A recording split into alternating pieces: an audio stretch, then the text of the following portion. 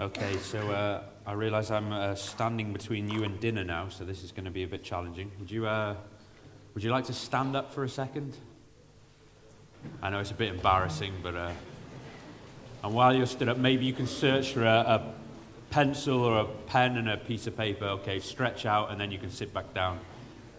Yeah. Okay.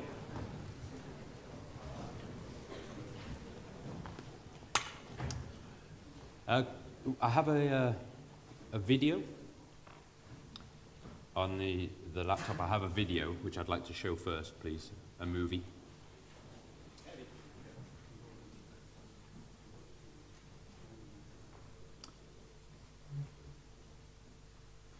Okay, so before I give a proper introduction to myself, just a bit of background. I come from engineering, design, and product development, so I'm not usually working on as big a scale as architecture, civil engineering, and buildings, but I think there's a lot that can be learnt from this domain to transfer over to architecture. We're going to start off with a quick video. Go ahead.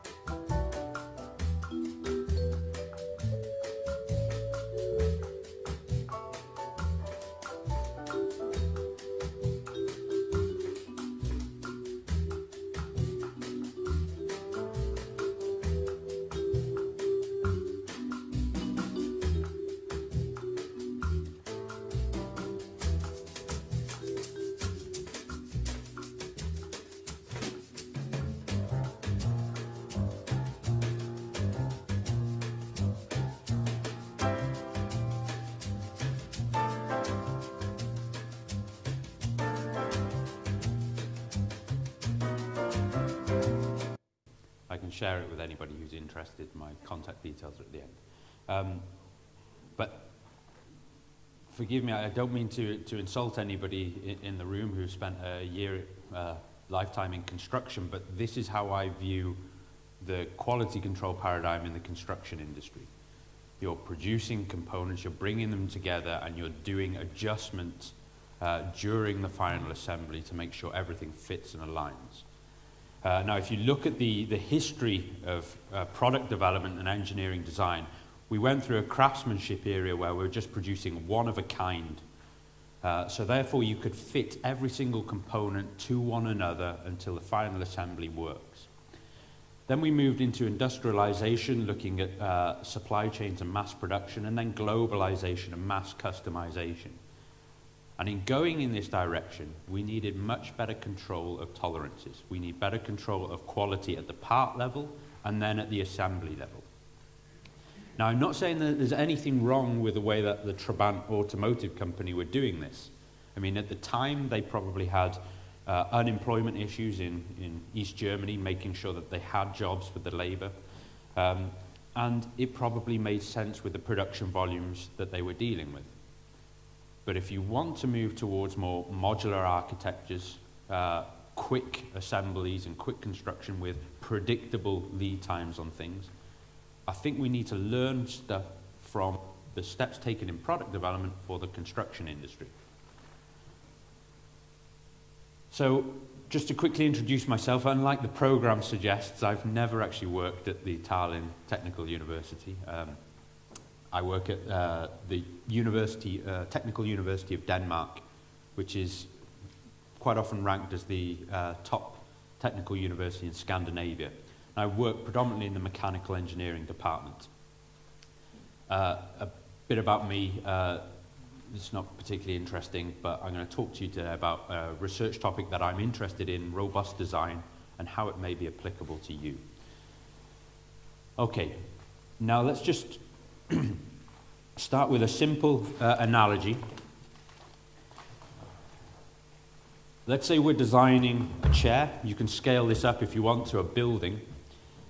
And let's just say this chair or building has one functional requirement, and that's it. It's a special chair. And the special chair basically needs to not rock from side to side, not wobble more than 1 millimeter. So the architect comes up with the design. It's a rather beautiful Danish-style design.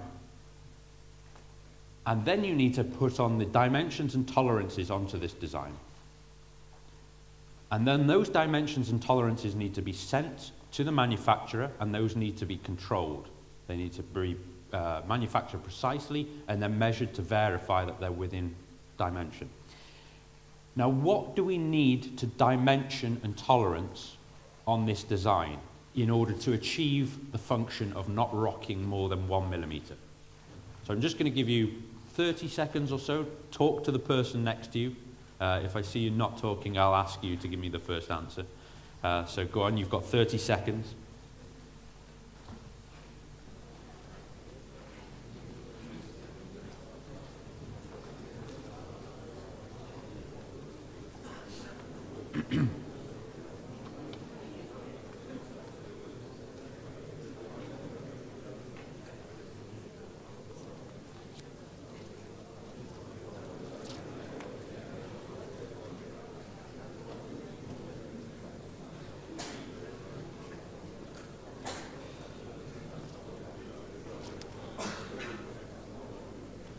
Okay, so hopefully you've come up with some ideas. So the design here, the architect frozen the design. Now it's the engineer's job or the civil engineer's job to define what dimensions and tolerances need to be on this. So can anybody tell me a first dimension that needs to be controlled in order to achieve the functional requirement? Length of the legs. Good one, length of the legs. So if any one of these legs is longer than the other, it will wobble. Anything else? These parts here?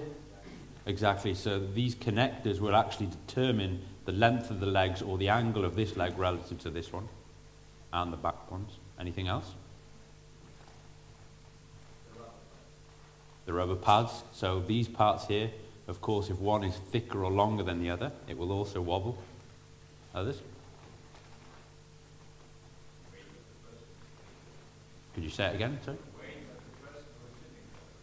Well, that's not something we can dimension onto the drawing, but I guess we could put it in the specifications. I think where we come from in UK and US, that might be more of an issue than here in North Europe. The angle of the legs, very good. So if one of these is angled out, it's also going to rock. And also how planar the seat is, because the seat is connecting the front two legs to the back two legs. So if that is warped in any way, it will not align and therefore will wobble again. Now we also have a noise factor. One being perhaps the weight of the person, but also maybe the flatness of the ground. So we have all of these things which we have to measure. I don't think that's me. Is it? Oh, I think it's rubbing on my unshaven face. There we go. Okay, let's try that again. So there's also the flatness of the ground.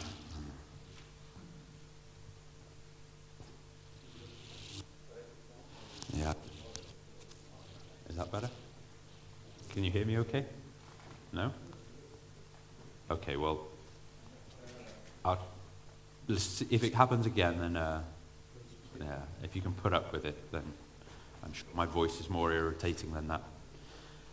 So the flatness of the ground is also a noise factor which we would love to be able to control, but we probably can't, so it maybe limits our market space for this design. Now, of course, if the architect was very clever and was trained in robust design, the architect may have come up with something that looked like this, a three-legged chair. So on the new design proposed by the robust architect, how many dimensions or tolerances do we now need to control?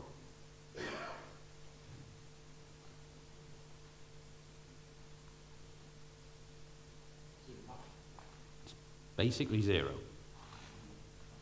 We don't really need to control anything. I mean, you know, within the basic grounds that a production system is going to vary, it's going to be fine. So now, when we talk about the quality of a build, the performance variation is equal to the quality. And that is related to two factors. First, how much the parameter varies, so that would be how much the length of the legs vary, for example, but also how sensitive the design is. So this design is much more insensitive to variation, or more robust, than this one. This one is much more sensitive to variation. Now, I know it seems like you're all very much into lean here. In product development, when we talk about lean, we often talk about Lean Six Sigma. Well, Six Sigma methodologies basically focus on this. This is where we try to control our production systems to have no variation in any of our components, in any of our systems.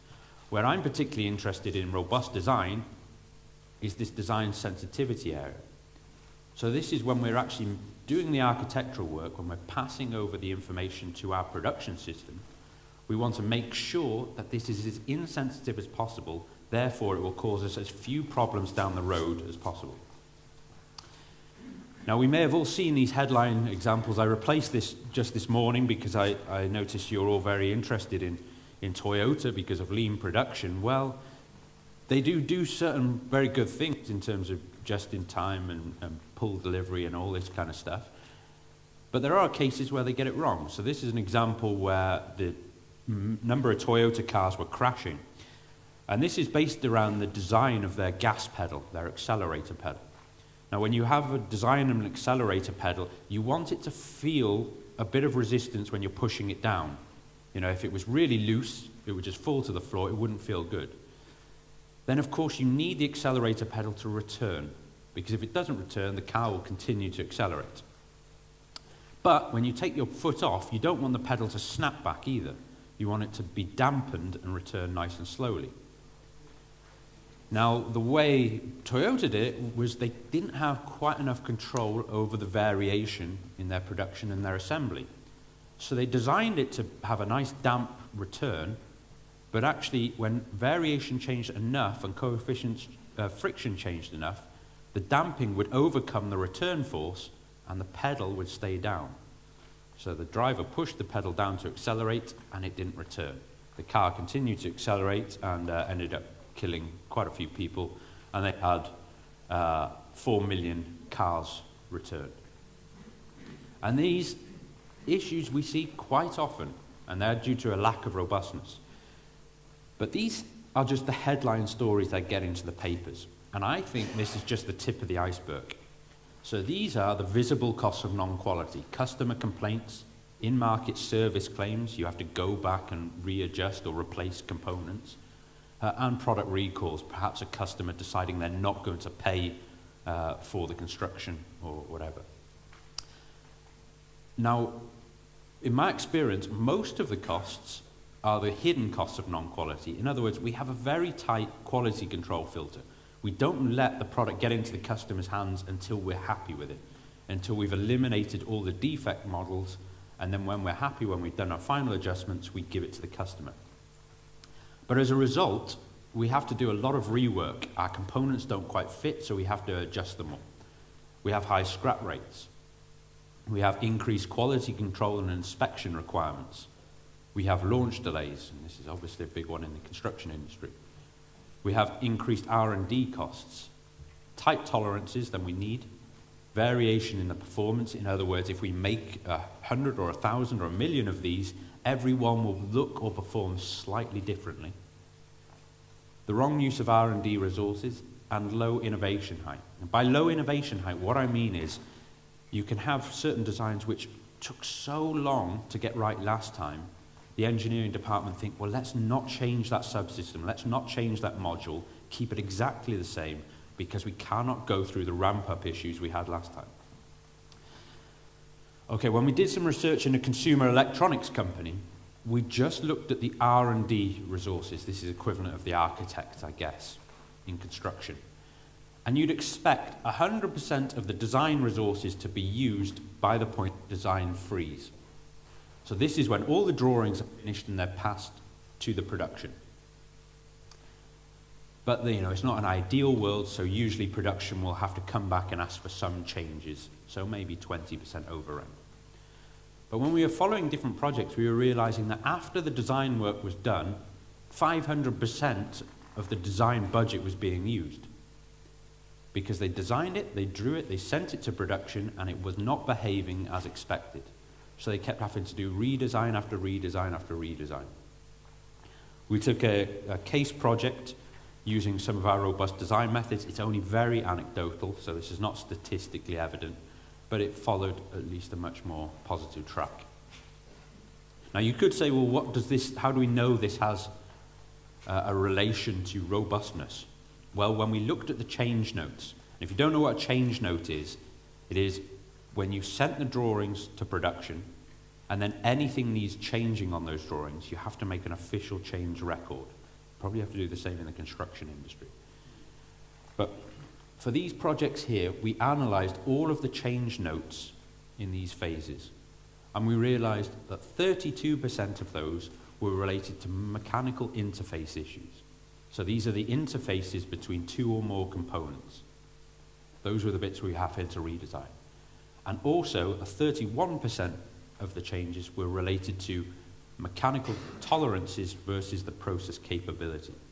Process capability is how accurately the production system can produce the components. So if an example of this would be,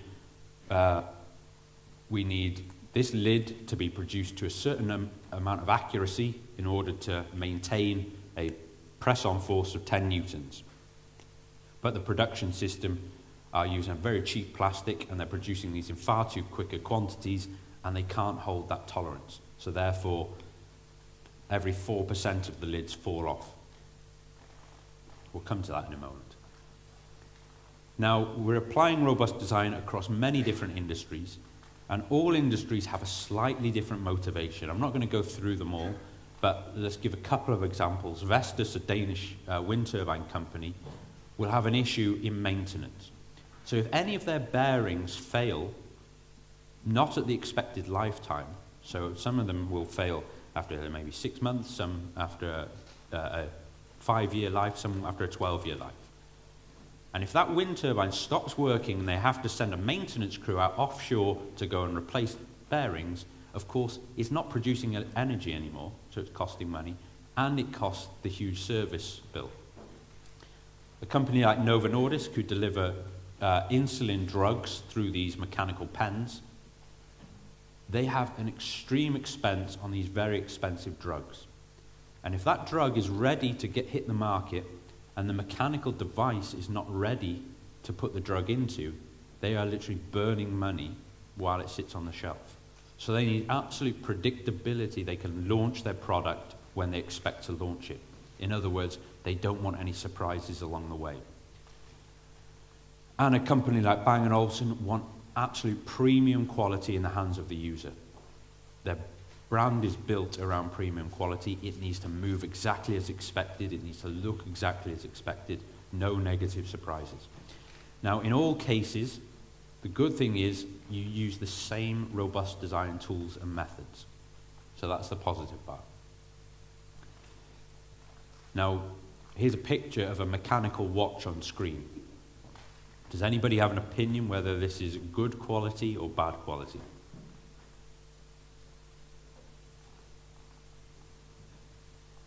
Any volunteers? Is it good or bad? Yeah. It's good? Any ideas any clues on this drawing which would tell you or picture why it's a good quality watch? It's branding. So the fact it's called or got Rolex written on it tells us it's probably going to be pretty good quality. But now ask yourself, why did Rolex get the reputation of being a good quality brand? So now they're in a fortunate situation where as soon as that name appears on their watch, they can charge 10 times as much as another watch just because of their brand. But how did they establish that? So when wristwatches were starting to be produced, mechanical watches, what made a good quality wristwatch over a poor quality wristwatch? Any ideas? Okay. You've got 30 seconds to discuss with the partner next to you. Tell me.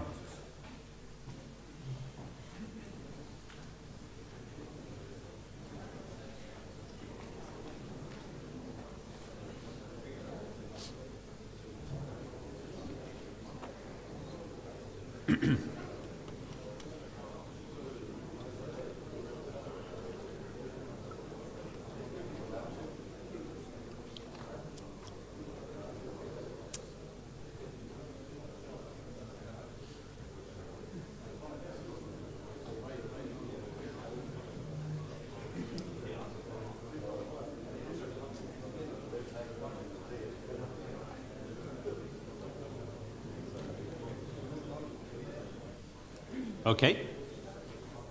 So any thoughts? At the start of producing mechanical wristwatches, why did Rolex get the reputation of being a high-quality watch manufacturer? What were their watches capable of that other watches weren't? Working. Okay, that's a good start. What do we mean by working? Is there a little bit more advanced beyond getting hands to tick around? Keeping to the right time. How long they last before they break down? And reliability, how long they last before they break down. But let's just stick to this first point, keeping to the right time. Now they say a broken watch is right twice a day.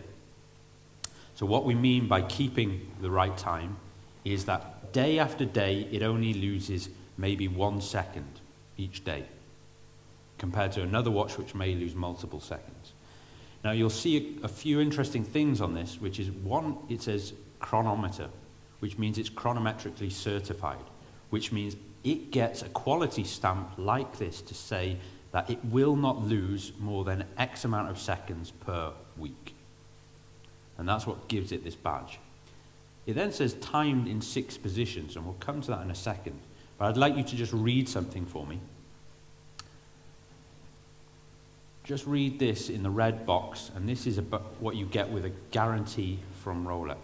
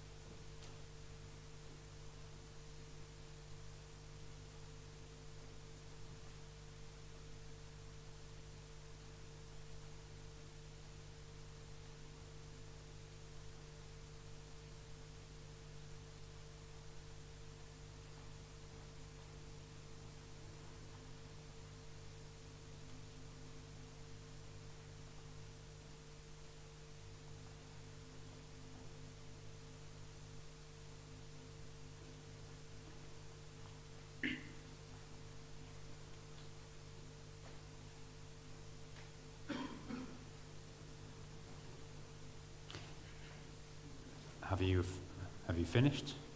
Okay. So what you'll see here is even a company like Rolex don't have complete accuracy of timekeeping. So they will still be losing time.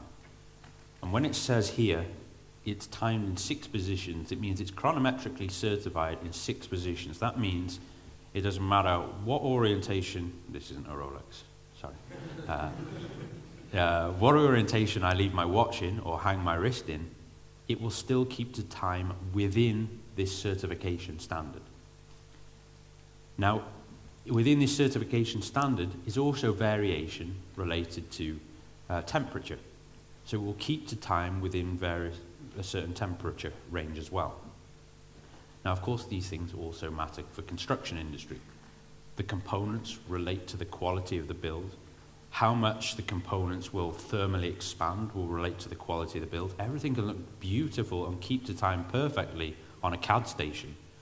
You put it into the environment, you load the components, you allow them to thermally expand or thermally fatigue, and you assemble them with different assembly sequences, and all of a sudden it's not really the product that it looked like on the CAD station. Now at DTU we propose this 3 basic step process to achieving good quality. First, you have to make sure that you instill predictability in the design. I'm going to give you a tool or method to do that in a moment. Then once you've done that, you try to decrease the sensitivity of the design, and finally you appropriately allocate tolerances. Now we're not going to do this part, and I'm not so interested in it. There's a lot of German institutes doing this extremely well, so we focus on these 2. And we've basically put that into a complete process and methodology with a whole bunch of different tools and methods along the way. The first one I'm going to show you a little introduction to is kinematic design. So this section here, this blue section, is in the achieving predictability stage, and the red section is the reducing sensitivity stage. And this is a training program we have. So we have 2 mechanisms here, and they differ. One is more robust than the other. Some of you may have a gut feel for why that's the case, but if you don't, I'm just going to give you a method to analyze it now. So hopefully you've got a piece of paper and a pen that you can use, or team up with somebody next to you who has. The first thing we need to do is understand about degrees of freedom. Now, any component can be constrained in 6 degrees of freedom.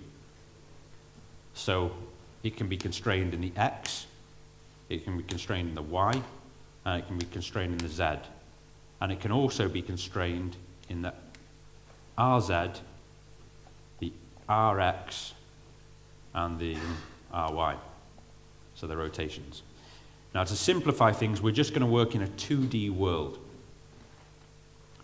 So we only have Y, X, and RZ that we can constrain. Now we have 2 elements here, and I want you to do a little exercise with a partner next to you to tell me whether the orange part is constrained by the grey part in X, Y, and Z. If it's free, it's a 0. If it's unfree or constrained, you put a 1 in the box. Does it make sense? Okay, so have a go at this.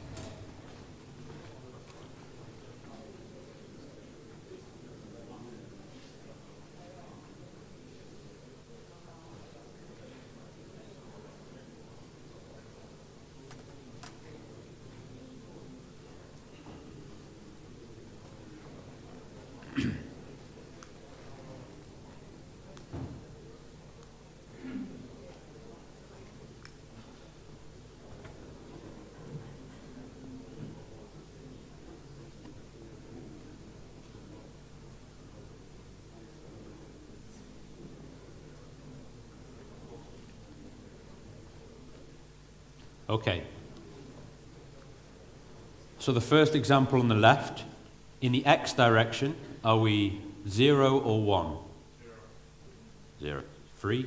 The orange component can move in the X direction freely. In the Y direction, 0 or 1? 0.5. Okay, good. So we have the notation of 1. If it can move in one, if it's constrained in one direction on the axis, we count it as unfree, because it's not completely free to move on that axis. And RZ, is it a 0 or a 1? It's a 1. So you could argue, well, we can rotate it, it'll just lift off the ground, but the idea is you're pinning the center of masses and then you're trying the rotation. And in this case, it can't rotate. So let's move on to the next one. For the X, 1. For the Y, and for the RZ, correct. And the third one for the X,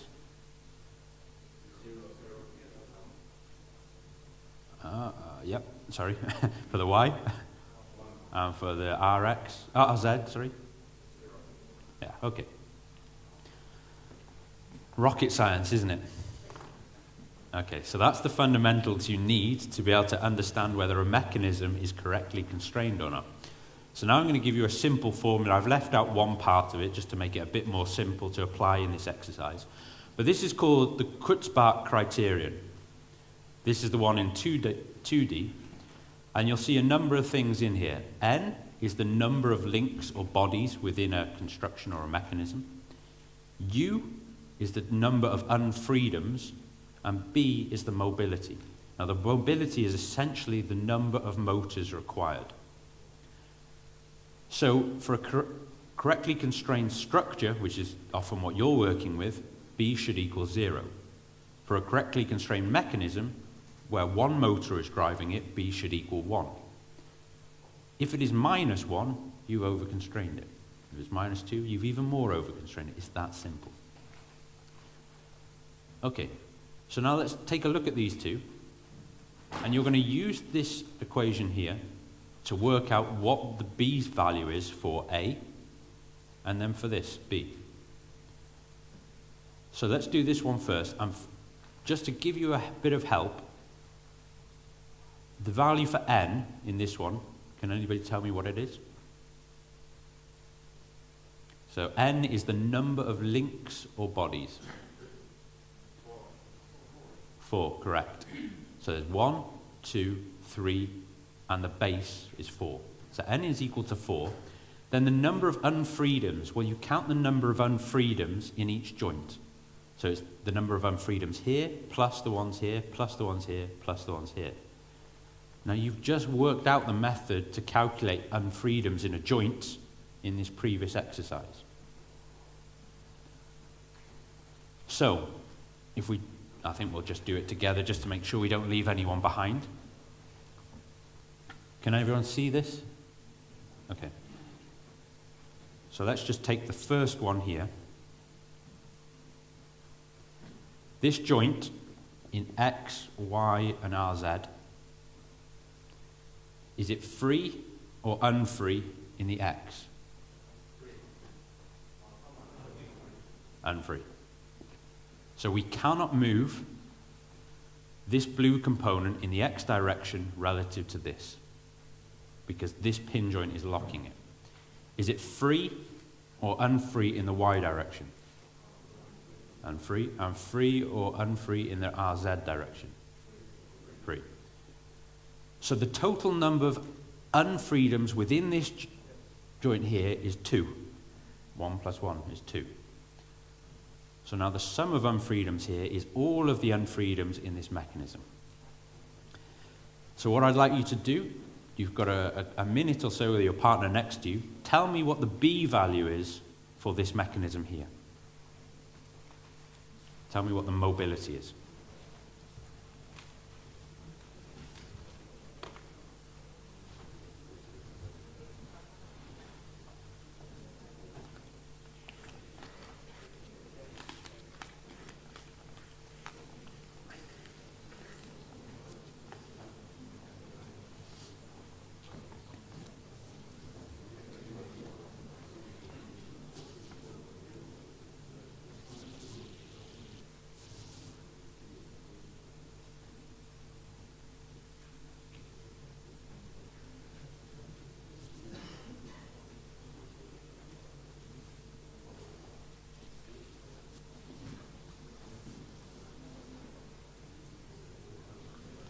Does anybody have an answer?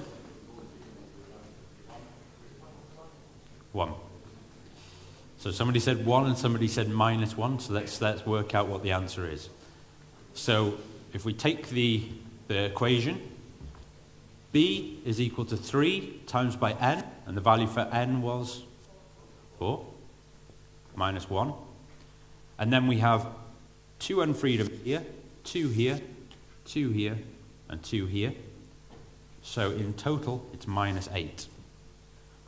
So b equals 3 times 3, which is 9, minus 8, which is equal to 1.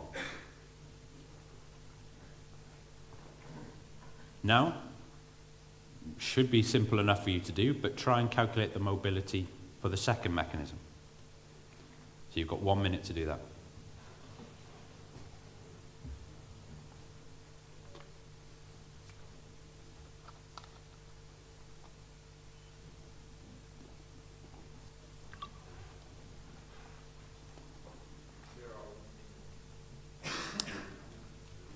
So the answer is 0, correct.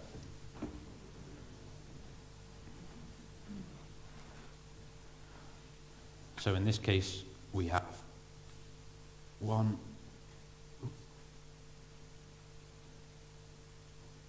2, 3, 4, 5 bodies. And then we have 2 constraints in each joint, so 1, 2, 3, 4, 5, 6. 6 times 2 is 12. And here equals 0. Okay. Now, you can say, but what's the big problem here? If you push this, it would move. It would go round in a circle, just like this one. No big deal. The point is, nothing is made perfectly. There's variation in every single component, in every single life cycle phase of those components. Now, although it doesn't look like it here, what this actually looks like is this. Now, will this go round in a circle when I push it? It'll jam. Now, you can imagine that there are various increments from looking like it does on the board there to looking like it does here. And what do you think the effects are as we don't produce this to perfect accuracy? Well, the effects are this bearing will fail. It will have 1/10 of the life in some of the components compared to others. It means that the motor running this device will have 1/10 of the performance in some of the mechanisms compared to others. If you're over-constraining it and make the same mistake in construction, it means certain construction elements will fail much more quickly than others. Because what you're doing, you're putting parasitic forces within your structure because you're over-constraining it. It's very simple, and it's one of the biggest mistakes you can make on the design. So no matter how well you plan your project, if you're working with designs like this, you're destined to fail and you're destined to have poor quality performance. Now you can do the same thing. What we've just worked with is the 2D version here. There is a 3D version of it. And if we just take a simple television wall bracket, so here's the wall, here's 2 bracket elements, and the back of the television. And we can basically say, so let's take W is the wall, G is the back green component. We can say in X it's constrained, in Y it's constrained, Z it's constrained, RX, RY, and RZ is free. So Z is the vertical axis. So these are all pin joints. So the sum of the unfreedoms here is 20. So B would equal to -2. So a wall bracket with 4 pin joints would be -2 over constrained. Now what should it be? What should the B value be if it's correctly constrained? 1. So 0 if it's a static structure, but in the, oh yeah, sorry, good point. It could be a 0 if you intend it not to move. In this case, we want it to be able to move. It's a motorized wall bracket. So the answer should have been 1, but we designed it so it's a -2. So how many over constraints do we have in this design? 3. And here's where the good bit comes in. This is very bound creativity, because there are only a certain number of correct mechanisms we can do for this design. We've got a whole bunch of ones here, and all we have to do is turn 3 of those ones into zeros. So, what I'm going to do is knock these 3 ones out, replace them with zeros. Our total number of unfreedoms in the system is now 17. Our mobility score is now 1, which is correct. And now we just choose joints which are correct compared to what we've specified. So I just want a sliding pin joint here and a ball joint here. And now this mechanism is correctly constrained. It means if the components are produced to slight variations in dimensions, it will still work and it will still have the same lifetime.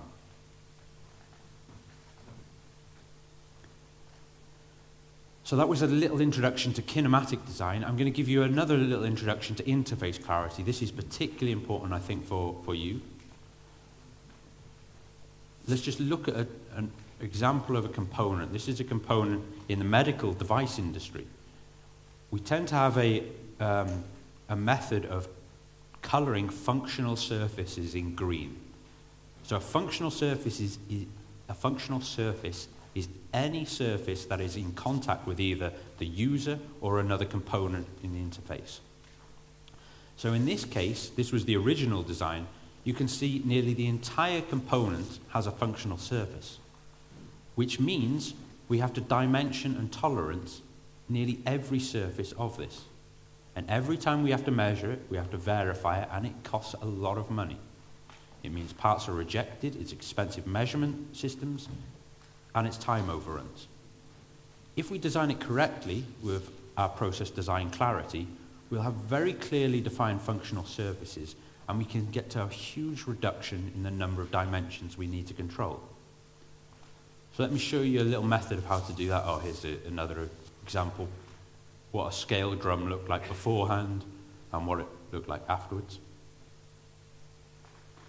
Now, it's pretty much the same method as what you just used, except it's not just 1 for unfree and 0 for free. You can actually go to 2, meaning it's unfree twice, or 3, which is unfree 3 times.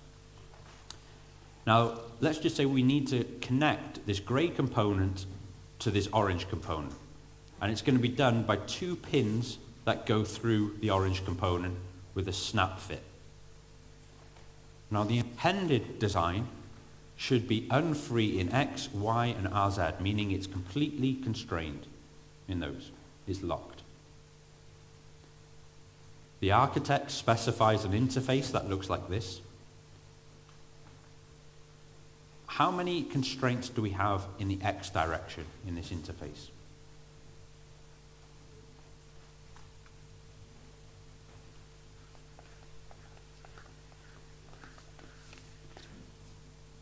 Anybody? So this pin here is locking the X direction. And then this pin here is over-constraining in the X direction. Likewise, in the Y direction, this pin is locking it, this is over-constraining. In the RZ, this puts the pivot and this locks the RZ. So it's correctly constrained in the RZ. So what we were hoping to achieve was an interface that did this. And what we designed was an interface that looked like this. So what? Well, if we make a simple design change, which costs us basically nothing, we have a pin and a slot. Now we've reduced the number of constraints in this interface, and it's a lot more like the intended design. And what does this mean? Well, we run some simple tolerance calculations on it. And if we ask production to produce to exactly the same accuracy in this one compared to this one, it means we will get half the offset in this one compared to this one. In other words, the positioning of the grey component will be twice as bad in this design compared to this one. The other thing we can do is say, we want the same positioning accuracy, but we're going to allow the production department in this one to have much looser tolerances, twice as loose a tolerance window. So just for the most simple design change, we can have big performance improvements. To link back to the case I showed earlier from Toyota, this is exactly where it went wrong for them. They were over-constraining, putting too many constraints in an interface at the foot of the gas pedal, and in some instances, they were locking, and they were not returning. So this looks simple, but designing three-legged chairs instead of four-legged chairs, and slots instead of holes, is a massive improvement you can make to your constructions. I'm just going to give you one quick introduction to one of the methods in reducing sensitivity now before lunch. But let's take one of these, which is an injection pen. And I want to introduce you to what's called a transfer function. Now, when you're designing a product, you want to start with the voice of the customer. And the voice of the customer in this case defines a functional parameter, and that might be the press-on force of the lid. So the user says, it feels best when it's about 10 newtons. And then the people with diabetes who are arthritic can't actually push the lid on after 19 newtons. So that's the upper specification limit. And maybe the lower specification limit is 3 or something, where the lid falls off when it's knocked. Now, the way you design the interface between the lid and the pen will determine the physics of this line. The design parameter that's varying is the diameter of the lid. So to produce 10 newtons push-on force, we need an exactly 8 millimeter diameter lid. But when we're producing the lids, sorry, when I say lid, I mean cap, if it didn't translate. When we're producing these caps, they vary, in this case, in a normal distribution. So that means as the lids get slightly bigger to 8.1 mil, we'll have a reduction in press-on force to around 6.2 newtons. And this thing here is called a transfer function. And what we're hoping to do in robust design, when we have a predictable design, we move on to the stage of reducing sensitivity. So that's going from a design that looks like this to one that looks like this. So for the same ingoing variation of the variation in the cap diameter, we get a much tighter performance in the functional performance of the product. Now, of course, we can do it the other way around, and we can say we want the same functional performance, but we want a much wider tolerance window for production.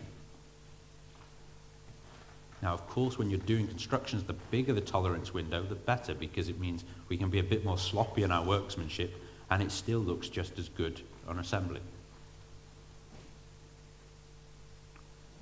Now, you can also say, how do we know we have the right specification? How do we know the user wants 10 newtons? To do this, we have something called a quality loss function. And there are different methods to get a quality loss function like this. I won't go into those, but it basically relates to, as we move away from the nominal functional parameter, how much quality loss does the customer experience? You can also monetize this. To give you a nice example of work you can do in this area, consider vacuum cleaner A and vacuum cleaner B. Which of these, in your opinion, looks the better quality product? B. And why do you say B? There are large gaps in the feeding of A. Are you an architect? No. Oh, okay, very good. Yeah, exactly. So there are large gaps. You can see non-conformity. This is basically the Rolex watch that is losing 10 seconds a day. Because you can see that this panel is lower than this one, that the gap is changing size all the way around. It's not flush. The gap's increasing here. In this one, it's not doing that. Why is it? Because the designer has thought about how variation will affect the design. So if what's drawn here is the quality loss curve for this with regards to variation in this panel, this one, the quality loss curve would look extremely shallow. And we would allow this panel to vary quite a lot before the customer has any experience of a quality loss. So the design determines how much functional performance we can allow to vary. The sensitivity of the design allows how much tolerance window we can pass over to production. And the sensitivity in production determines how much we can allow the production processes to vary in order to produce the design parameter. So this is what we call the VMF, and this is a complete map of variation and sensitivity from production all the way through to the customer. A little bit theoretical at this stage, but we've done a lot of work producing journal articles and research around it, and we've also developed it into a tool. So to just give you a little example of how we use the tool, this is a wind reader. So this measures wind direction and wind speed. Now when we put this into the VMF, this is a functional tool here, we can say the customer satisfaction score is here, the quality loss that they've experienced due to variation is here, and the functional parameters are here. So the functional parameters here are directional accuracy and wind speed accuracy. So that wind reader has to achieve these two. And we can see here the quality loss experience to the customer is how much they experience inaccuracy with regards to the direction of the wind, and how much they feel there's quality loss related to inaccuracy in the speed measurement of the wind. And these won't be the same. Each of these functional requirements is related to a dimension in one of the components of the device. So here we can say the speed measurement accuracy is related to a certain dimension in the rotor, another dimension in the rotor, and that's it. The accuracy of the direction is related to two different dimensions within the same rotor. The value we have in the cell is the sensitivity, in other words, the gradient of the line we saw in the graph, in the transfer function. At the bottom is the contribution, we won't worry about that. Then we can list all of our in-house design parameters. These are the things we produce ourselves, and these are the things we outsource. And then during production, these are the things we can control, and these are the things we can not control. And the nice thing about this framework is it can give a common interface where lots of people working on a single construction can work together to achieve quality. Now, I'll just finish with one final case, but as we're moving towards IoT, Industry 4.0, and connected systems and devices, this type of framework helps a lot. So if we take the old iPhone, which I still have, just for this example, there is a glass panel in the back.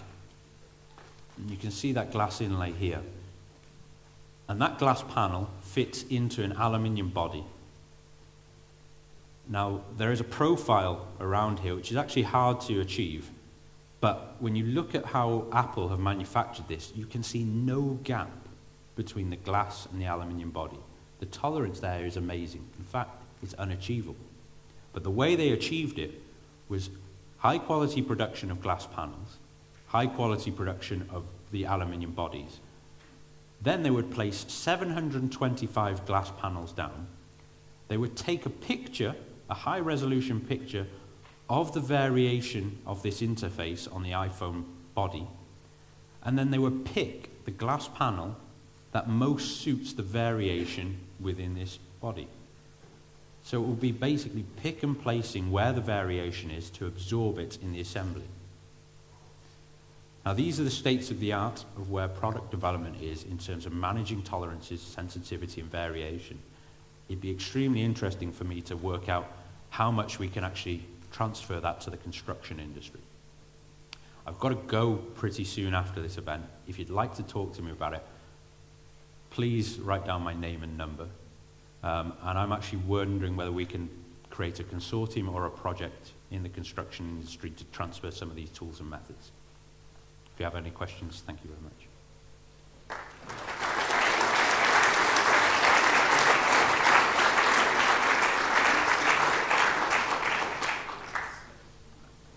Nii, kas on küsimusi? Kõik tahavad sööma minna vist, jah? No selge, siis ma teid kauem kinni hoia, aga täna veel kord Toomast. Ja annaks sõna Ennule, kes siis räägib korraldusküsimust. Kõik toimib nii, nagu ka kohvipausi ajal. Üliõpilased palun alla sööklasse. Daamid ja härrad, 4. korrusele supile. Ja oleme siis täpselt, meie ajakava algab kell 2 ja alustab siis meie külaline